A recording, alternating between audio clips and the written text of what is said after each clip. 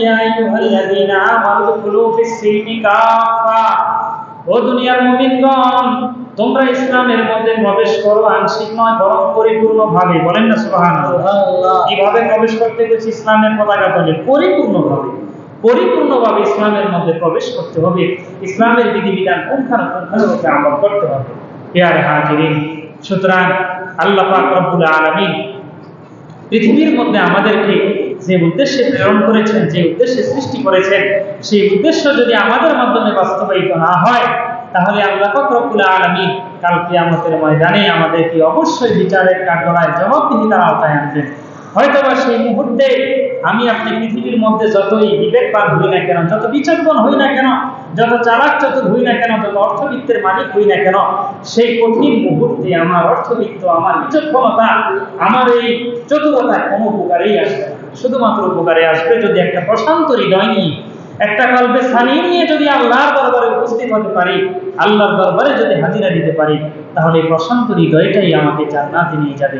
তখন আমার ব্যাপারে আল্লাহ পাক রব্বুল আলামিন বলবেন, ইয়া আইয়াতুহান নাফসুল মুতমাইন্না, ও প্রশান্ত হৃদয়ের অধিকারী, প্রশান্ত আত্মার অধিকারী, ইরজিই ইলা রাব্বিকি রাদিয়াতাম মারদিয়া, তুমি তোমার রবের দিকে ফিরে আসো সন্তুষ্ট চিত্তে, খুশি মনে।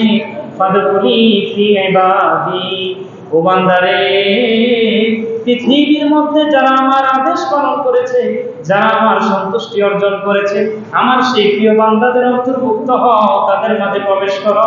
ওয়াদখুলি জান্নাতি, চূড়ান্ত সাফল্য তোমার জান্নাত, জান্নাতের তুমি মেহমান হও, জান্নাতে প্রবেশ করো। বলেন না সুবহানাল্লাহ। তাহলে একজন মুসলমানদের সফলতা হবে তখনই যখন সে জান্নাতবাসী হবে, জান্নাতের অপরন্ত নেয়ামত হাসিল করবে। সম্মানিত সুধী ভাইরা আমার, এই জান্নাতের অপরন্ত নেয়ামত যদি আমাদের হাসিল করতে চাই, তাহলে অবশ্যই ইসলামের মামুরাত আদিষ্ট বিষয় থেকে আমাদেরকে বাস্তবায়ন করতে হবে, মানহিয়াত নিষিদ্ধ বিষয় থেকে আমাদেরকে দূরে থাকতে হবে, নিষিদ্ধ বিষয়গুলো পরহেজ করতে হবে।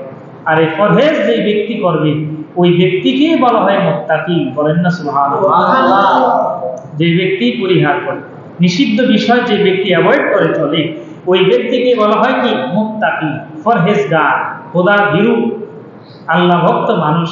তো সুতরাং পৃথিবীর মধ্যে আমি আপনি যদি আল্লাহকে পরিপূর্ণভাবে ভয় না করি, তাহলে আমলের স্বাদ পাবো না, আমলের পরিপূর্ণতাও আসবে না, আমলের কবুলিয়াতও থাকবে না। যেহেতু বান্দার মধ্যে যতক্ষণ পর্যন্ত আল্লাহর ভয় পরিপূর্ণভাবে না আসবে, ততক্ষণ পর্যন্ত বান্দা কোনো আমলই সঠিকভাবে লিল্লাহ তথা আল্লাহর জন্য একনিষ্ঠভাবে করতে পারবে না। এই জন্যই আল্লাহ পাক রব্বুল আলামিন পবিত্র কালামুল্লাহ শরীফের মধ্যে ইরশাদ করেন, ওয়ামা উমিরু ইল্লা লিয়াবুদুল্লাহা মুখলিসিনা লাহুদ্দীন। तमाम পৃথিবীর মানুষকে আল্লাহ পাক রব্বুল আলামিন আদেশ করেছেন লিয়াবুদুল্লাহ, ইবাদত করার জন্য একমাত্র আল্লাহ, মুখলিসিনা লাহুদ্দীন, আল্লাহ পাক রব্বুল আলামিনের জন্য একনিষ্ঠভাবে খালিস দিয়ে আল্লাহর ইবাদত বন্দেগীর জন্য तमाम পৃথিবীর মানুষকে আল্লাহ কি করেছেন? আদেশ করেছেন। সুতরাং যে ব্যক্তি আল্লাহর জন্য তার জীবনের तमाम নেক আমলগুলো করবে, তার জীবনের শুরু থেকে শেষ পর্যন্ত সকল কিছুই, জীবন বলেন, মরণ বলেন, সব কিছুই যখন আল্লাহর সন্তুষ্টির জন্য হবে, আল্লাহর রিজানন্দের জন্য হবে, আল্লাহর রাজি খুশির জন্য হবে, তখনই ওই ব্যক্তি প্রকৃত মুত্তাকি হবে, ওই ব্যক্তি প্রকৃত মুমিন হবে, প্রকৃত মুসলমান হবে। আল্লাহ পাক রব্বুল আলামিন আমাদেরকে প্রকৃত মুসলমান হওয়ার তৌফিক দান করেন। সকলে বলুন আমিন। সম্মানিত সুধী ভাইরা আমার, রমজানের শেষ দশক শুরু হবে। মুতাকিফকারী যারা ইতিকাফ করবে, ওয়ালা ইতিকাফে বসে যাবে, ইতিকাফে বসে তারা আল্লাহর রিজানন্দের জন্য চেষ্টা করবে, আমল, তাসবিহাত, তাহলিলাত সব কিছুই তারা বাস্তবায়ন করবে। এই রমজানের শেষ দশকে বেশি বেশি ইস্তিগফার করবেন, দোয়া করবেন বেশি বেশি। বিশুদ্ধ হাদিসের মধ্যে এসেছে, আল্লাহুম্মা ইন্নাকা আফুউন তুহিব্বুল আফওয়া ফাআফু আননি। সবাই বলেন এই দোয়া বেশি বেশি পড়ার জন্য রাসূল পাক সাল্লাল্লাহু আলাইহি ওয়াসাল্লাম হাদিস শরীফের মধ্যে উৎসাহিত করেছেন, আল্লাহুম্মা ইন্নাকা আফুউন তুহিব্বুল আফওয়া ফাআফু আননি। অর্থ হলো, হে আল্লাহ আপনি হলেন ক্ষমাশীল। আল্লাহ কি? ক্ষমাশীল। জোরে বলেন আল্লাহ কি? ক্ষমাশীল, maaf করনে ওয়ালা। বান্দার অপরাধ যতই দূর হোক না কেন, যত বিশাল হোক না কেন, যদি বান্দা একবার কায়মন বাক্যে আল্লাহকে খুশি করাতে পারে, রাজি করাতে পারে, তাহলে তার জীবনের তামাম গুনাহ রাশিগুলো যদি পাহাড় পরিমাণ হয়, আল্লাহ মাফ করার প্রতিশ্রুতি দিয়েছেন। বলেন না সুবহানাল্লাহ। আল্লাহ পাক রব্বুল আলামিন হলেন আফু তথা ক্ষমাকারী, পাপ মোচনকারী। তুহিব্বুল আফওয়া, হে আল্লাহ আপনি ক্ষমাকে ভালোবাসেন, পাপ মোচনকে ভালোবাসেন, অপরাধ মার্জনাকে ভালোবাসেন। ফাআফু আন্নী, সুতরাং আল্লাহ গো, জীবনে যত অন্যায় করেছি, অপরাধ করেছি, জানিয়া করেছি, না জানিয়া করেছি, ইচ্ছায় করেছি, অনিচ্ছায় করেছি, ছোট বড়, বন্ধুর পাড়ায় পড়ে, পরিবেশের কারণে যত জায়গায় এই গুনাহের সাথে জড়িয়ে গিয়েছি, আল্লাহ আপনার কাছে ক্ষমা চাই, তওবা করি, আমার জীবনের তামাম গুনাহ খাতাগুলো মাফ করে দেন। বলেন না সুবহানাল্লাহ। এরকমের যদি দোয়া করতে পারেন, আল্লাহ পাক রব্বুল আলামিন আপনাকে ক্ষমা করার প্রতিশ্রুতি দিয়েছেন। বলেন না সুবহানাল্লাহ। যে পাপ থেকে তওবা করবেন, যে পাপ থেকে আপনি ফিরে আসার জন্য আল্লাহর কাছে ওয়াদাবদ্ধ হবেন, ওই পাপের দরজায় দ্বিতীয়বার যাওয়া যাবে না। দ্বিতীয়বার যাওয়া যাবে না। এক পাপ থেকে, একটা গুনাহ থেকে আপনি তওবা করলেন, বারবার যদি সেই গুনাহ থেকে ফিরে যান, তাহলে আপনার তওবার কোনো অর্থ রইল না। তওবা হলো ফিরে আসা। তওবা অর্থ কি? ফিরে আসা। যে গুনাহের কারণে আপনি অনুশোচিত হয়েছেন, আল্লাহর কাছে ক্ষমা চেয়েছেন, ওই গুনাহ থেকে একবার যখন ক্ষমা চেয়েছেন, দ্বিতীয়বার আর গুনাহ থেকে না যাওয়াটার নামই হলো তওবা।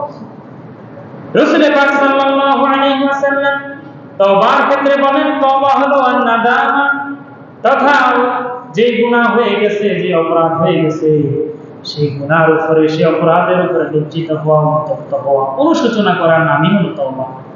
আর তওবা বলা হয় রুজু আনিল মাসিয়াতি ইলা তাআ, পাপিষ্ঠ কাজ থেকে, গুনাহযুক্ত কাজ থেকে আল্লাহর অনুগত্যের দিকে ফিরে আসা। আও মিনাল গফলাতি ইলা যিকরি, আল্লাহর স্মরণ থেকে যে গাফিল ছিল, আল্লাহকে যে স্মরণ করত না, আল্লাহর নবীকে যে স্মরণ করত না, শরীয়তের বিধিবিধান যে ব্যক্তি তোয়াক্কা করত না, ওই অবস্থা থেকে আল্লাহর স্মরণের দিকে ফিরে আসার নামই হলো কি? তওবা। বলেন না সুবহানাল্লাহ।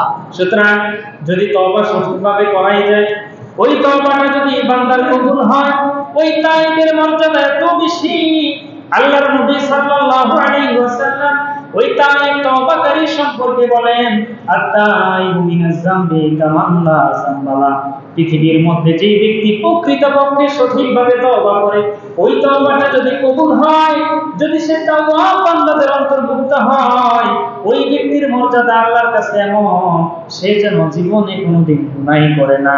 বলেন না সুবহানাল্লাহ। এরকমের অনেক অপশন পৃথিবীতে আল্লাহ বান্দাকে দিয়েছেন। অনুরূপ ভাবে এই তওবা আমরা বেশি বেশি করব। তওবার মধ্যে ইস্তেগফার আছে, তওবা আছে। রাসূল পাক সাল্লাল্লাহু আলাইহি ওয়াসাল্লামের কোনো অপরাধ ছিল না, গুনাহ ছিল না।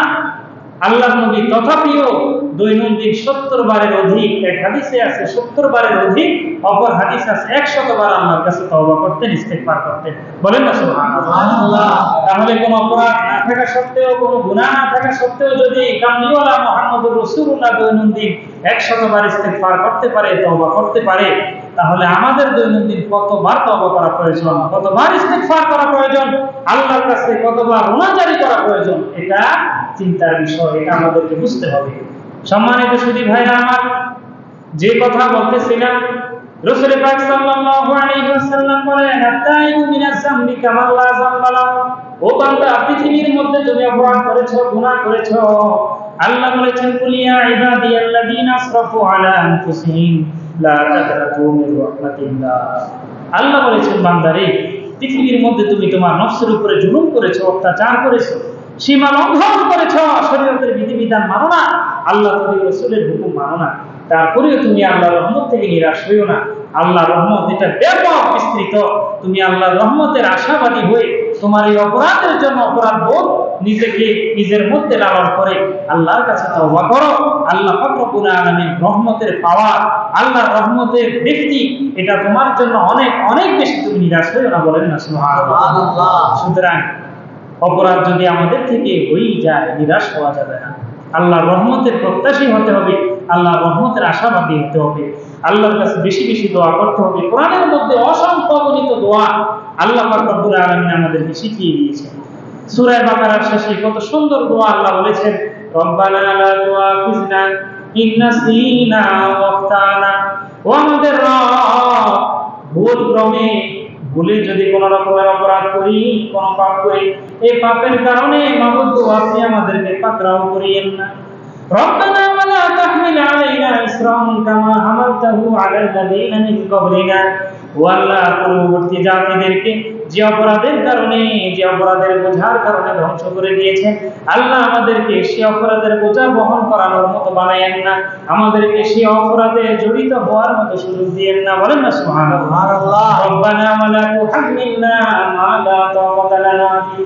কত সুন্দর দোয়া আল্লাহ শিক্ষা দিয়েছেন। আল্লাহ বলেছেন, ও বান্দা তুমি বলো, রব্বানা, হে আমাদের রব, লা তুহাম্মিলনা, আপনি আমাদেরকে চাপিয়ে দিয়েন না, মা লা তাকাতা লানা বিহি, যে কাজ করার মতো শক্তি নাই, যে কাজ করার মতো সামর্থ্য আমাদের নাই, আল্লাহ এমন বিধান আমাদের উপরে আপনি চাপিয়ে দিয়েন না।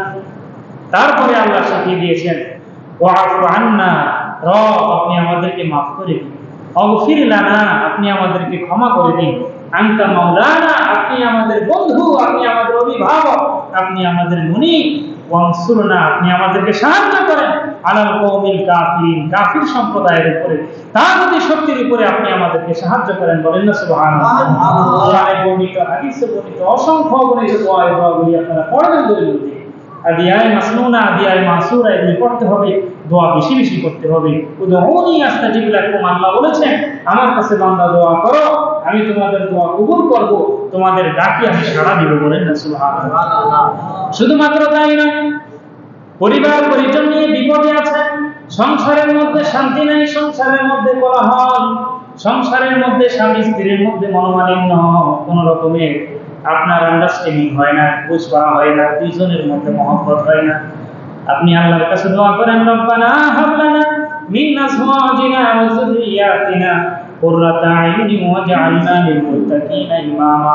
আল্লাহ দোয়া শিখিয়ে দিয়েছেন, বান্দারে তুমি দোয়া করো, রব্বানা, হে আমাদের রব, হাব লানা, আপনি আমাদেরকে দান করুন, মিন আজওয়াজিনা, আমাদের স্ত্রীদের মধ্য থেকে, ওয়া যুররিয়াতিনা, আমাদের সন্তান সন্ততি পুত্র পরিজনদের মধ্য থেকে, কুররাতা আইউনি, আমাদের চক্ষুর শীতলতা, এমন স্ত্রী আল্লাহ আমাকে দেন যে স্ত্রীর পরশে অন্তরে প্রশান্তি চলে আসবে, চোখের শান্তি চলে আসবে। বলেন না সুবহানাল্লাহ। এমন সন্তান মাবুদ আমাকে দেন, চাই সে ছেলে হোক কিংবা মেয়ে হোক, যেই সন্তানের দিকে তাকালে বাপ হিসাবে আমার চক্ষুর শীতলতা চলে আসে, অন্তরে প্রশান্তি আসে, এমন সন্তান আপনি আমাকে দান করেন।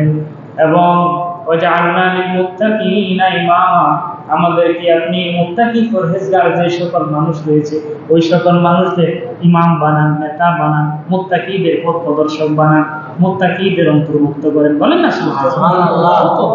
কত দোয়া, দুনিয়া আখিরাতের কল্যাণ চান, পড়েন না বেশি বেশি, রব্বানা আতিনা ফিদ দুনিয়া হাসানা ওয়া ফিল আখিরাতি হাসানাতাও ওয়া কিনা আযাবান নার। দোয়ার অর্থ কি? আয়াতের অর্থ কি? রব্বানা আতিনা ফিদ দুনিয়া হাসানা, হে আল্লাহ, দুনিয়াতে আপনি আমাদেরকে হাসানা, কল্যাণ দেন, কল্যাণ দেন, রিজিক দেন, রহমত বরকত সবকিছু হাসানার মধ্যে অন্তর্ভুক্ত। বলেন না সুবহানাল্লাহ। ওয়া ফিল আখিরাতি হাসানা, আল্লাহ কিয়ামতে ও আখিরাতে আমাদেরকে আপনি হাসানা দেন, আখিরাতে আপনি আমাদেরকে বেইজ্জতি করিয়েন না, আখিরাতে আমাদেরকে জাহান্নামে দিয়েন না, আখিরাতে কায়নাতের সম্মুখে আমাদেরকে পাপিষ্ঠ করে রাখিয়েন না, ওয়া কিনা আযাবান নার, আল্লাহ গো আপনি আমাদেরকে জাহান্নামের আগুন থেকে মুক্তি দান করেন। বলেন না সুবহানাল্লাহ।